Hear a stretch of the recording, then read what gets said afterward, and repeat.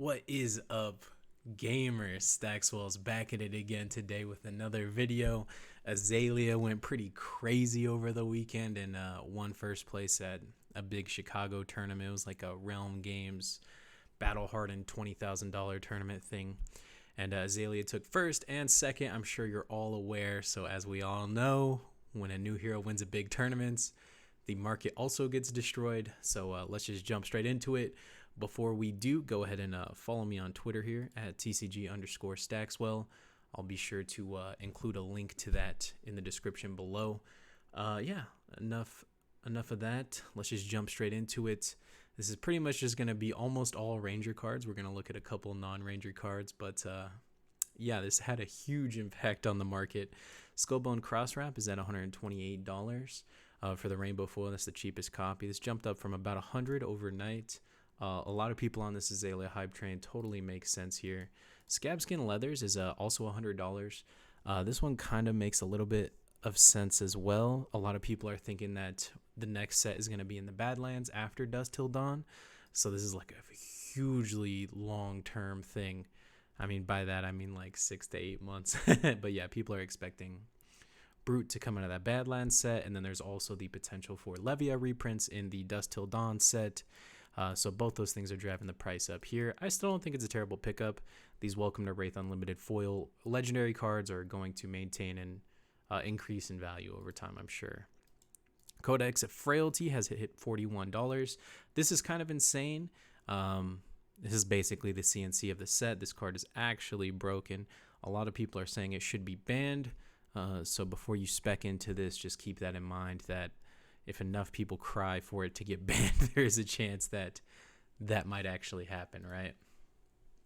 Plague Hive, the Fabled from this Outsider set, is at $180 for the Rainbow Foil. I love this card. I love everything about it. The flavor, the art, the feeling when you play it. I just love this card. I still think it's worth it even at this price point. Let's check out the Cold Foil, though. The Cold Foil is up to $340. Dang, that's kind of crazy. Yeah, I think it's a good card, and I think it's warranted, though. I think LSS did a fantastic job with that one. Premeditate is at $37 for the non-foil, and for the foil, it is at $54. Kind of crazy, but this card definitely overperformed. In a lot of ways, it's a 0 for 6, pump the next card by 3. Ponder gives you approximately another 3 points of value, so it totally makes sense. I expect all of these Ranger cards, Premeditate included, to only cool off over time, and you know, as more of this set gets opened, I think that these cards are going to cool off a bit, so I wouldn't go heavy bags too hard into them unless you needed them to play the deck immediately. Red and Ledger's at $15 for the normal, but the crazy part is the Rainbow has essentially disappeared from the market. There's only like 5 here, 1 for $45, or 2 for $45 and 3 for $80. So this card's going pretty crazy as well. Yeah, non-foil 15, still way higher than it used to be. I remember this card used to be like $2, so kind of insane seeing this. Deadeye out of Dynasty's $13.50. Dynasty's low-key a good pickup. Like, there's so many cards that are just going up in value one by one slowly, and you know, I kind of like to see that stuff. Makes me happy with all of my investments in this game, is that even if they're not super valuable right away, a lot of these cards slowly creep up and gain value over time. I love that. I'm sure this set will be no different. I'm sure cards like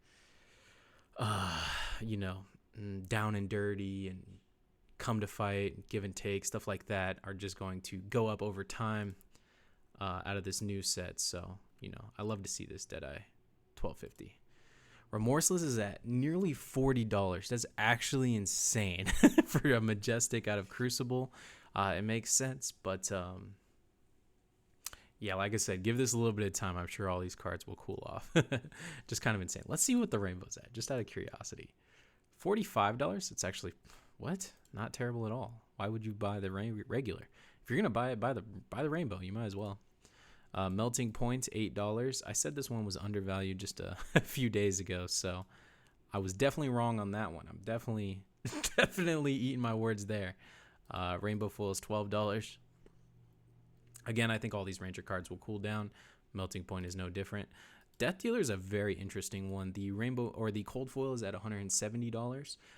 This is like such an example to be led by, right? So think of other Cold Foil weapon cards like Kodachi or Mandible Claws or something like that. just know that the hero is just one big tournament away from the cold foil weapon token just spiking and going crazy.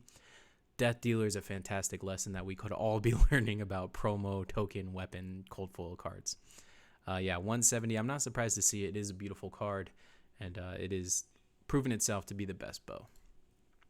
Trench of Sunken Treasure was actually not in any of the lists in top 8. I think there was 3 Rangers, 1 Lexi, 2 Azalea, and this card didn't make the list for any of them, which I think is kind of crazy because it at least has Arcane Barrier 1. You would play it for that if nothing else, I imagine, but nope, didn't see any play. So I expect this to drop even more than it already has. It's currently at $42 for the rainbow, and the cold foil, let's just check just for fun, is at $90. I expect this stuff to drop, unfortunately. Same with Van Brands. Van Brands was actually in one list. It was the Usury list, but yeah, there was like no Fatigue Oldhim representation. The Oldhim that got top 8 was not even close to a Fatigue deck. It was more aggressive than anything. So the rainbow for Van Brands is 40. The cold foil is 130. That's actually insane. I could see the cold foil maintaining some form of value just because it's a, it's a generic arms. But that rainbow, I expect it to drop. I expect both versions to drop. I'm just saying the cold foil will retain more than the rainbow will. New Horizons still 220, still at basically an all-time high. It's come down slightly, and that is because only one Ranger in the top 8 played New Horizon. Lexi's pretty much proven to not want this card. Riptide doesn't seem to be quite figured out, quite solved, or is just not a good hero, one of those. So New Horizon isn't particularly going up. So if you waited on New Horizon, that might work out for you. Maybe wait a little bit longer. I think it'll drop a little bit more as Azalea continues to prove she's the best Ranger. And she doesn't use this, so that totally makes sense.